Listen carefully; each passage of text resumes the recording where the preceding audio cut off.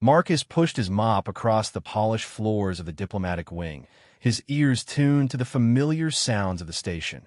Ventilation systems, distant footsteps, the soft hum of the gravity generators. His daughter Sophie's lunch sat in his janitorial locker 3 levels down, waiting for her 1,200-hour break. He made her favorite, peanut butter and banana. The emergency alert changed everything. The Zafrani diplomatic vessel had suffered catastrophic systems failure during docking. Princess Illimara, the first Zafrani royal to visit human space, had been caught in the decompression event. The news feeds were already speculating about war, about failed treaty negotiations, about humanity's failure to protect a valued ally.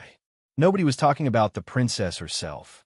Marcus only knew because he was mopping the medical wing when they brought her in, a creature of impossible grace rendered utterly motionless. Her chitinous exoskeleton was magnificent even in the harsh hospital lights, her 4 limbs arranged in an elegant posture that couldn't hide the devastating truth: spinal damage, complete neural severance at the thoracic junction.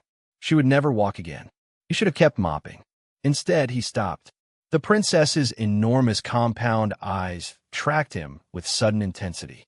"You," she said, her translator crackling slightly. "You are staring." Marcus felt heat rise to his cheeks. "Sorry, Your Highness. I'm sorry about what happened. I'm a princess of the Zafrani Collective," she said, her voice carrying the weight of centuries. "I am meant to represent strength, grace, power. Now I am meant to represent—" what? Fragility? Dependence? There was such raw pain beneath the regal tone that Marcus forgot his place. "My daughter Sophie, she's 8. She has cerebral palsy. She was born unable to walk the way other kids do. You know what I learned? Strength isn't about what your body can do. It's about what your spirit refuses to surrender." Illimara's mandibles clicked, the Zafrani equivalent of bitter laughter. Pretty words from a human custodian. "I'm not just a custodian," Marcus said quietly. "I'm a dad who learned that his daughter's worth has nothing to do with her legs. Neither does yours, Your Highness." The diplomatic corps tried everything: physical therapy, neural regeneration treatments, experimental surgeries. Nothing worked. The Zafrani prepared to withdraw, their princess's injury deemed unsurvivable by their cultural standards.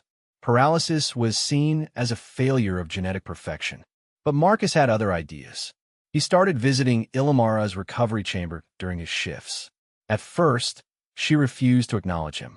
Then she began asking questions about Sophie, about how a human child coped with physical limitation in a world not built for her. "She falls," Marcus said honestly. "A lot. She gets frustrated. Sometimes she cries. But you know what she does? She gets back up. Not because she's trying to be normal, because she's trying to be herself." "Your species is illogical," Illimara said, but her tone had softened. "Maybe, but we're stubborn about it." When the rehabilitation doctors had given up, Marcus made his proposition. "I'll help you walk," he said. Illimara laughed, a sound like crystalline chimes breaking. Then she stopped, and her enormous eyes glistened with something wet. Among the Zafrani, tears were a sign of ultimate shame. "You cannot possibly—" "No, I probably can't," Marcus interrupted. "But my daughter does things every day that doctors said she couldn't do. Not because she's superhuman.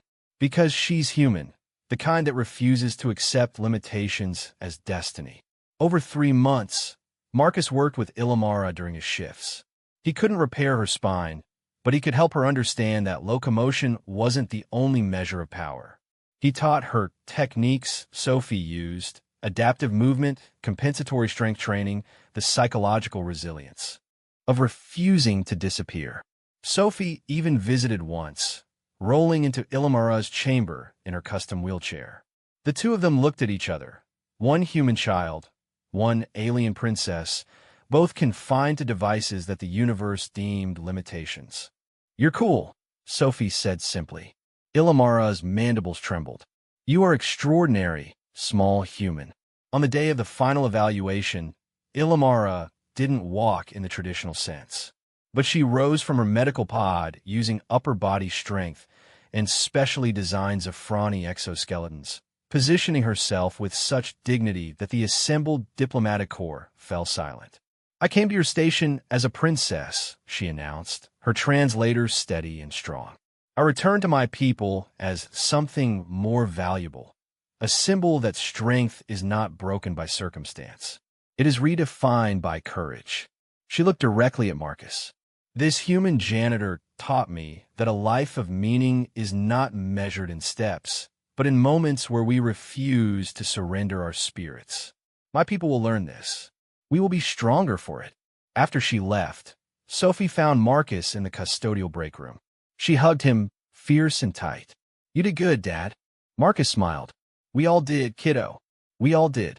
In the weeks that followed, the Zafrani began changing their cultural attitudes toward physical limitation.